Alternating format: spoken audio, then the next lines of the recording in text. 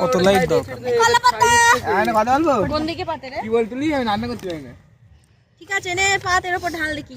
এই কাটার গুঁড়ো আছে কড়া ধরে ঢাল। এটা আমরা একটু ঘুরে আসি। এটা ভিডিও করব। এই দাঁড়া আস্তে আস্তে। তুই সাথ। ঢাল লাইটটা কোথায় গেলে? ঘুমাচ্ছে লাইট কি উল্কাটা খেতে আরে ছড়ি দে একটু হাতে দে করে দে।